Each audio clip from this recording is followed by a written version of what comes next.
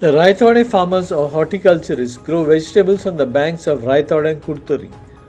Water is available in plenty from the adjoining pond in front of St. Alex Church Curtorim, where huge amount of fish is also traditionally harvested.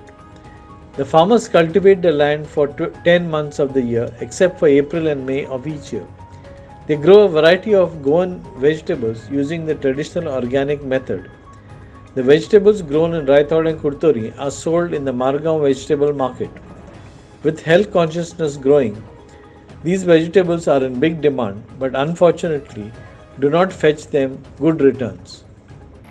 किती वर्ष झाली 15-20 होय जाता न्ही आणि case कसं भाजी रोयताय आं? भाजी केस कसं रोयताय भाजी मूळ रोयताय भाजी रोयताय आमडेली हां आणि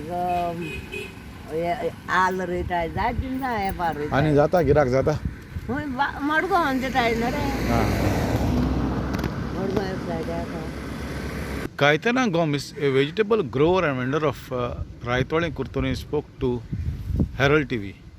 She says that they are growing the different type of vegetables here, and only in the month of mostly April May they don't grow. Inacio Norona for Herald TV.